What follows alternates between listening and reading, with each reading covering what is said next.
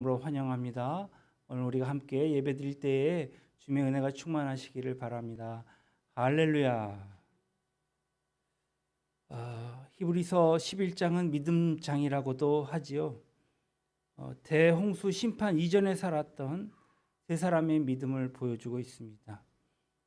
먼저는 하나님 앞에 진심이 담긴 예배를 드린 아벨, 또 의로워서 죽음을 보지 않고 하나님의 전으로 간 에녹, 또 물의 심판 속에서도 구원의 방주를 통하여 구원받은 노아가 그들입니다.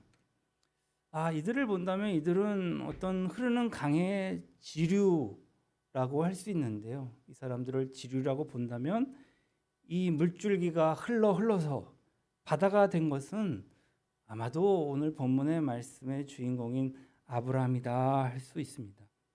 아브라함은 하나님 앞에서 우리 모든 사람의 조상이라고 했지요. 이슬람도인도, 기독교인도, 유태교인도 다 조상으로 여기며 섬기는 이 아브라함. 우리는 보통 아브라함을 가리켜서 믿음의 조상이다라고 말합니다. 아브라함의 믿음이 어떠했기에 그토록 엄청난 것으로 평강하는 것일까요? 오늘 8절 말씀에 이와 같이 얘기합니다. 믿음으로 아브라함은 부르심을 받을 때에 순종하여 장래의 유업을 받을 땅에 나아갈새 갈 바를 알지 못하고 나아갔으며, 아브라함의 믿음은 하나님의 부르심에 마음으로 순종하는 것은 물론이요, 실제로 행동으로 옮긴 믿음입니다. 말이나 생각만으로 순종하는 것이 아니라 믿음으로 구체적인 행동으로 나타냈다라는 것이죠. 아브라함은 하나님의 부르심을 받았을 때에 갈 바를 알지 못하고 나갔다라고 했는데요. 이것은 참으로 쉽지 않은 일이라 생각합니다. 오늘 우리가 잠깐 휴가라도 간다면 속초를 가야지, 제주도를 가야지, 속초를 가든지 제주도를 가든지 갈 곳이 분명히 있어야 거기로 떠날 수 있지요.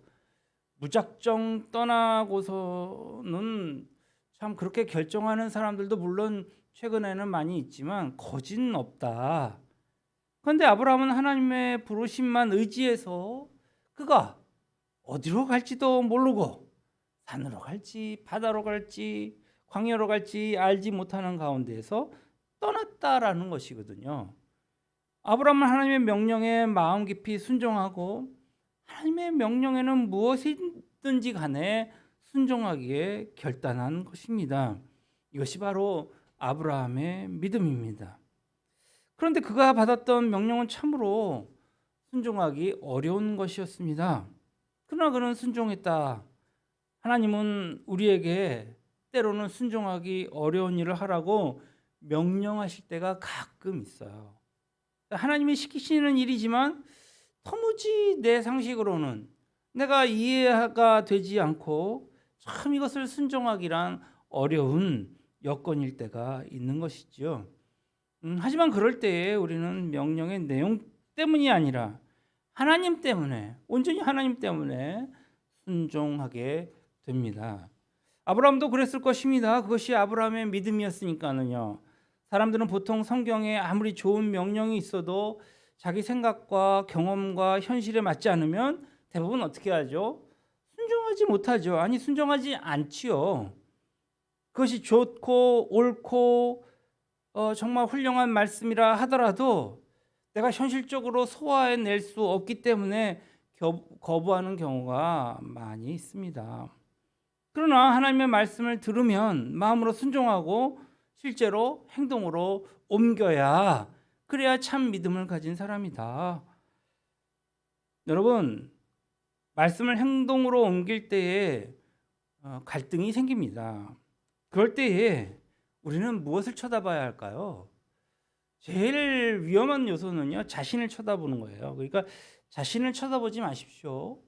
내 여건을 쳐다보지 마십시오. 우리는 오직 하나님만 바라보고 하나님만을 믿고 앞으로 나아가는 존재들입니다.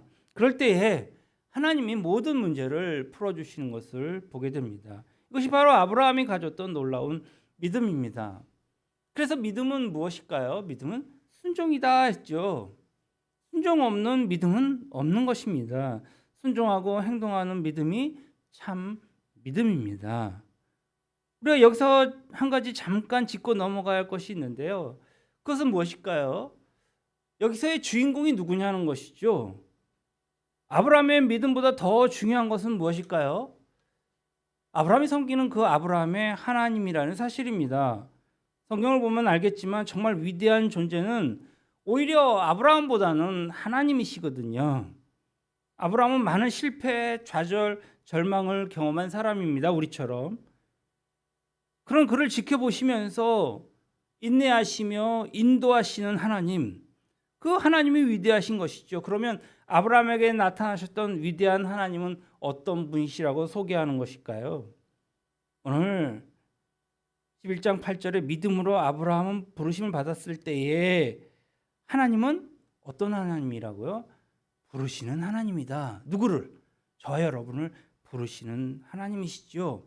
초청하시며 명령하십니다. 너는 나의 것이다. 나를 따라와라. 넌 내가 지시하는 땅으로 가야 한다. 로마서 4장 17절에 아브라함과 하나님에 대해서 이렇게 얘기합니다. 내가 너를 많은 민족의 조상으로 세웠다 하신 것 같으니 그가 믿은 바 하나님은 죽은 자를 살리시며 없는 것을 있는 것으로 부르시는 이시니라 라고 말씀하십니다.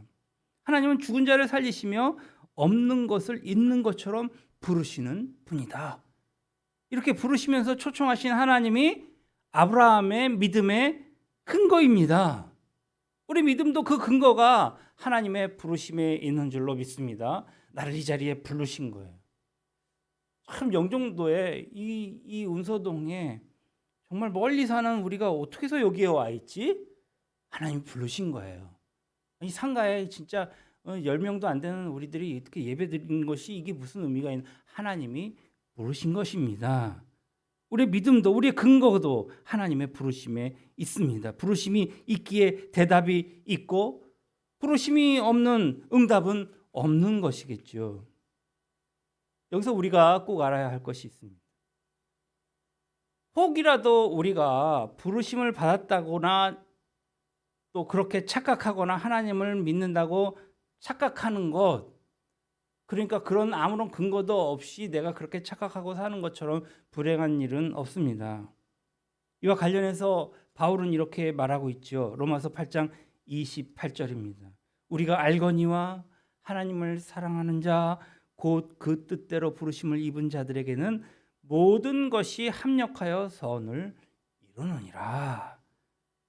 부르심을 받은 자만이 하나님의 뜻을 성취할 수 있다라는 말이겠죠. 교회란 무엇입니까? 어떤 사람들이 모인 곳이에요? 교회는 그냥 오다 가다 만난 사람들이 만든 것이 교회입니까? 사람들이 외로워서 만든 모임, 그것을 우리는 교회라고 얘기합니까? 어떤 역사와 사상을 이루기 위해서 만든 그런 조직도 아닙니다.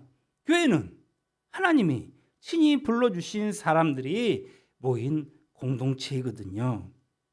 따라서 교인은 하나님께 부르심을 받았다라고 생각하는 사람, 나는 주님 앞에 참 구원을 받았다라고 생각하는 사람, 하나님의 백성이 되었다라고 생각하는 사람들이 교회인 것입니다. 분명한 구원의 확신과 성령의 부르심이 있다고 고백하는 사람들인 것이죠. 하나님의 아브라함을 부르실 때에 그 부르심의 내용은 무엇이라고 얘기하고 있습니까? 오늘 창세기 12장 1절 말씀입니다.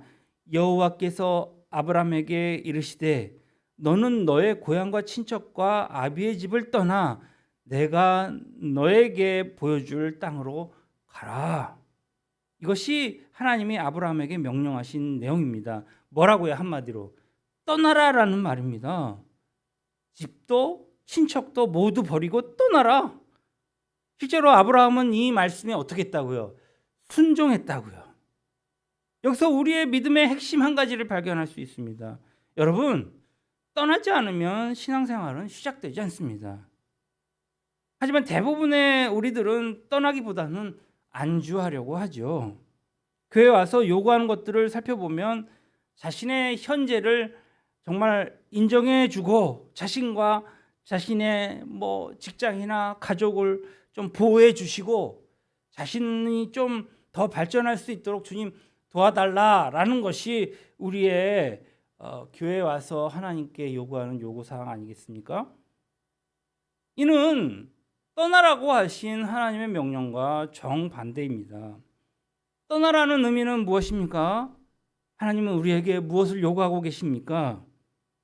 우리의 잘못된 현재, 우리의 부정적인 현재, 우리의 조금 하나님과 거리감 있는 이 현재를 부인하라고 하시는 것 아니겠습니까? 잘못된 태도를 바꾸고 그 자리에서 벗어나라 하시는 것입니다. 세계적인 이 추세에 맞춰서 나는 세상 사람들과 좀 더 가치관을 같이 해야 돼. 그래서 좀 더 신앙적이지 않지만 내가 그 길로 가야 돼. 이런 세상적인 가치관에서 떠나라는 것이 주님의 그 명령인 것이죠. 현재에 안주하는 것이 행복이라고 생각하는 것은 착각이라고 말씀하시는 것입니다. 물론 떠나라는 명령을 들으면은요 아주 괴롭습니다. 아브라함은 이야기니까 아브라함의 얘기가 재밌지 내가 이런 명령을 받았다? 얼마나 고통스럽겠습니까? 하지만 신앙은 여기서 시작되거든요. 현재를 움켜쥐고 변화하지 않으면 정말 믿음은 성장하지 않습니다. 하나님을 자신의 현재를 축복해 주시는 수단으로만 보는 사람들이 얼마나 많게요. 이런 사람은 겉으로는 믿음이 있어 보일지 몰라도 실은 아무 믿음이 없는 사람들이겠죠. 예전 것을 붙들고 있으면 새 것이 될 수 없습니다.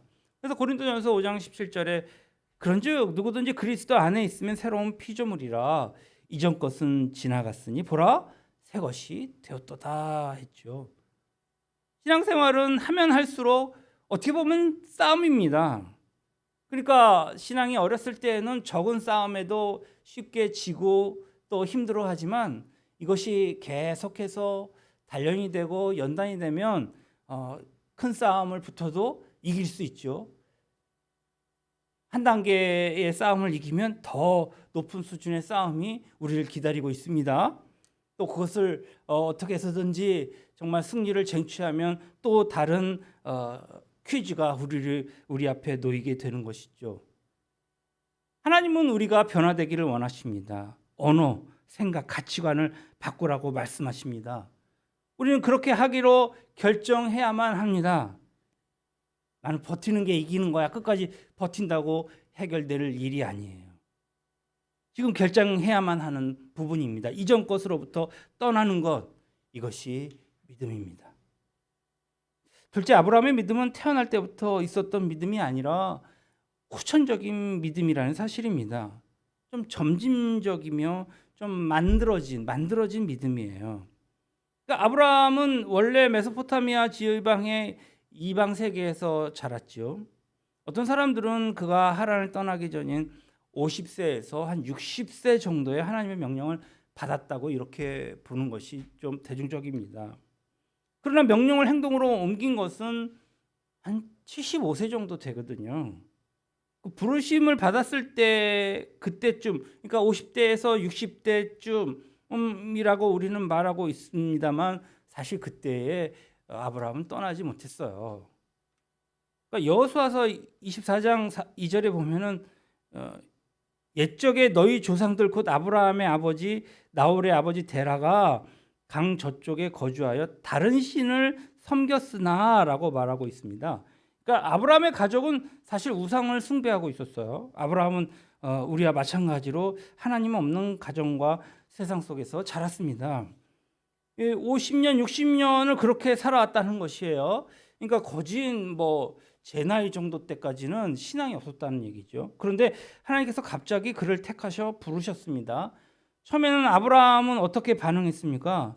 창세기 11장 31절에 이렇게 나와요. 데라가 그의 아들 아브라함과 하란의 아들인 그의 손자 롯과 그의 며느리 아브라함의 아내 사레를 데리고 갈대아 우르를 떠나 그 다음에 가나안 땅으로 가고자 하더니 마음은 이제 가나안 땅에 가 있는 거예요. 그러나 하란에 이르러 거기에 거류하였으며 그랬거든요. 그러니까 이 말씀은 무슨 얘기예요? 아브라함도 처음에는 하나님의 명령을 그대로 따르지 못했다. 친척을 다 버리지 못하고 롯을 데리고 가지 않습니까? 그리고 본토를 떠났지만 갈대아 우르를 가지도 못하고 도중에 하란에서 무려 15년 동안을 머물렀다. 이래서 아브라함의 처음 믿음은 불완전하고 상황에 민감하고 시대에 편승한 믿음이었다라는 것입니다. 아주 적은 믿음이에요. 이 적은 믿음 처음에는 막 실패합니다. 아브라함은 처음부터 성공한 것이 아니라 실패했어요.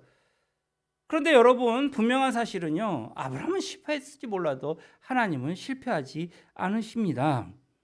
하나님은요. 인내를 가지고 아브라함을 무려 25년 동안 기다려 주셨습니다.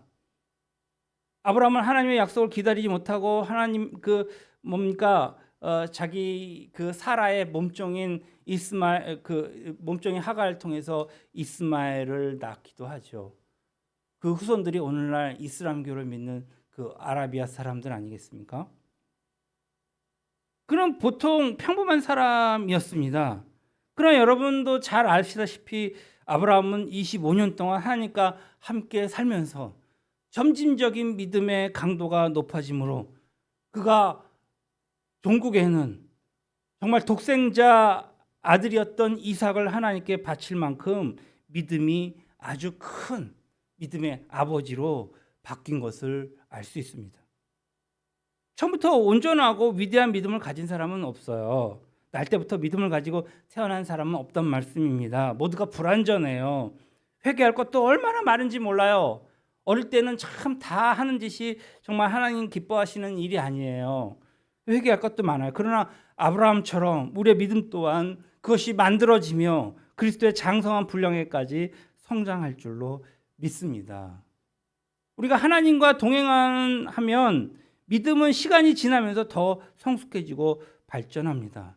중요한 것이 있습니다. 중요한 것은 여기서 반드시 성령과 말씀이 있어야 한다는 점이겠죠. 성령과 말씀이 있을 때에 우리의 믿음은 날로 새로워질 수 있습니다. 자신을 보지 말고 주님을 바라보십시오. 세상이나 환경에 매이지 말고 하나님만을 바라보고 말씀을 바라봐야 합니다. 그럴 때에 우리의 불완전한 믿음은 날마다 새로워질 것입니다. 지금 여러분 어떤 믿음을 소유하고 계십니까? 혹시 나는 믿음이라고는 정말 코딱지만큼밖에 없어. 이렇게 한탄하지 말고 믿음을 갖겠다고 결정하는 것이 아주 중요합니다. 그래야만 아브라함처럼 믿음의 선배들처럼 우리의 신앙이, 우리의 믿음이 성장할 수 있을 줄로 믿습니다. 마지막으로 아브라함의 믿음은요, 종말론적인 믿음이에요. 종말에는 대심판이 있을 것입니다. 휴거하고 주님의 재림과 천년왕국과 우리의 몸의 부활도 있을 것입니다. 믿음은 종말에 있을 것을 미리 보게 하거든요. 종말을 천국을 미리 본 사람은 순교도 마다하지 않는 것을 알게 됩니다. 왜 그럴까요? 약속을 보았기 때문이에요. 믿음은 현재에서 미래로 가는 것이 아니라 미래를 미리 보게 하는 것이거든요. 지금은 천국 가신 오늘의 교회 그 하영조 목사님께서 이렇게 말씀하셨어요. 기독교에 있어서 미래는 내가 미래를 향하는 것이 아니라 미래가 나를 향해 오는 것이다. 참으로 맞는 말씀인 것 같아요. 이것이 종말이거든요. 우리는 예수 그리스도를 믿음으로써 이미 천국을 소유한 사람들입니다. 우리는 하나님의 자녀가 되어서 죽은 후에 약속을 미리 받아 놓았습니다. 이것이 종말론입니다. 이런 면에서 볼 때 아브라함은 선각자였어요. 그는 하나님이 약속하신 미래, 정말 약속하신 세계와 땅, 정말 영원한 본향을 믿음의 눈을 가지고 보았다라는 것입니다. 그래서 오늘 10절 말씀에 이는 그가 하나님의 계획하시고 지으실 터가 있는 성을 바랐습니다. 이렇게 얘기하고 있잖아요. 하나님이 지으실 성을 보았다. 아브라함이 그는 거룩한 도성을 믿음의 눈으로 본 것입니다. 이 성은 요한계시록 21장에 나타난 새 하늘과 새 땅, 새 신부가 단장한 새 예루살렘인 것입니다. 아브라함은 하나님의 음성을 들을 때 미래에 올 세계를 미리 약속받았습니다. 이 나라는 하나님이 경영하시는 나라, 하나님이 통치하시는 나라, 하나님이 세우신 나라입니다. 이 나라는 예수 그리스도를 통해서 완전히 이루어졌습니다. 아브라함은 이런 나라를 보았기 때문에 그가 갈 바를 알지 못해도 그가 담대하게 집을 나설 수 있었습니다. 그는 종말의 세계를 미리 보았기 때문에 그것이 가능할 수 있었습니다. 외국 땅에서 아무런 보장 없이 정말 나그네로 천대받고 그렇게 살지만 그 땅에 우거할 수 있었다. 여기서 우거할 수 있었다라는 뜻은 임시로 거처를 삼아 살 수 있었다. 이 땅은 완전한 우리의 땅이 아니에요. 그냥 우거하는 거예요. 잠시 거쳐가는 거예요. 여러분들 어저께 호텔이나 아니면 펜션에서 잤겠지만 그냥 잠시 우거하는 거예요. 하루 머물다가 가는 거예요. 아까 진영이가 얘기했듯이 집이 최고예요. 우리의 집이 최고예요. 우리는 우리의 집이 최고예요. 아무리 좋은 호텔이라도 그렇게 편하지가 않아요. 집에 가야 하는 것입니다. 우리가 천국에 가야 참된 평안을 얻는 줄로 믿습니다. 미리 약속을 보장받았기 때문에, 그 때문에 아무리 이 세상에서 천대받고 욕먹고 고난당하고 매맞는다 할지라도 할렐루야 할 수 있는 것입니다. 이것이 종말론적인 신앙입니다. 아브라함이 이삭과 야곱과 함께 장막을 치고 살 수 있었던 것도 약속 때문이다라고 얘기했죠. 약속이 분명하면 고생이 무섭지 않습니다. 성경의 모든 말씀은 약속으로 되어 있어요. 그래서 구약 옛날의 약속, 신약 새로운 약속, 약속의 책이에요. 약속된 것이에요. 약속이 분명하면 고생이 무섭지 않습니다. 천국이 분명하면, 하나님의 나라가 분명하면 현실이, 이 세상이 고달프지 않다라는 얘기예요. 이것이 우리가 가져야 할 믿음의 종말론적인 신앙입니다. 예수를 믿는 것이 고달프고 힘듭니까? 그렇다면 우리는 정말 약속의 땅을 보지 못했기 때문입니다. 새 하늘과 새 땅, 마지막 날에 하나님께로부터 하늘에서 내려오는 새 예루살렘 상, 그 아름다운 새 예루살렘을 우리의 두 눈으로, 꼭 믿음의 눈으로 볼 수 있기를 주님의 이름으로 축원합니다. 우리 모두가 이것을 볼 수 있기를 바랍니다. 그렇게만 된다면 예수 그리스도를 믿고 하나님이 약속하신 천국이 우리 마음속에 놓이게 되면, 이것이 분명하다면 우리는 어떤 일을 만나도 나그네처럼 순례의 삶을 살 수 있을 줄로 믿습니다. 그렇게만 된다면 하루아침에 반역자로 몰려서 감옥에 간다 해도 마음의 평안을 빼앗기지 않을 것입니다. 아브라함의 믿음, 어떤 믿음입니까? 종말론적인 믿음입니다. 바로 이런 믿음입니다. 어떤 상황에서도 평화와 기쁨과 안심이 있는 것, 전쟁이 일어나 나를 치려 할지라도 내가 오히려 안연하리로다. 주를 찬양. 전쟁은 나에게 속한 것이 아니라 하나님께 속한 것이다 했지 않습니까? 시편 기자의 고백이 절로 나오는 것이 바로 믿음입니다. 우리가 사방으로 우겨싸움을 당하여도 쌓이지 아니하며, 답답한 일을 당하여도 낙심하지 아니하고, 박해를 받아도 버림받지 아니하며, 거꾸로 뜨림을 당하여도 망하지 아니한다라고 했습니다. 바울의 말처럼 이렇게 고백할 줄 아는 정말 종말론적인 신앙이 우리에게 필요합니다. 이런 믿음 갖게 되기를 주님의 이름으로 축원합니다. 아브라함처럼 하나님의 말씀에 순종하고 말씀대로 행동하십시오. 그렇게 하다 혹시 실패할 수도 있습니다. 그렇다고 좌절하지 마십시오. 내 믿음은 아직 완전한 것이 아니라는 것을 기억해야 합니다. 기억하면서 너무 자책하지 마십시오. 다시 믿음으로 일어나는 것입니다. 사랑하는 성도 여러분, 지금 비록 불완전한 믿음이지만 날마다 하나님이 나와 동행함으로써 우리의 믿음은 더 새로워질 수 있습니다. 종말을 바라보는 믿음이, 이 믿음이 당신과 나의 믿음 되기를 진정으로 바랍니다. 할렐루야.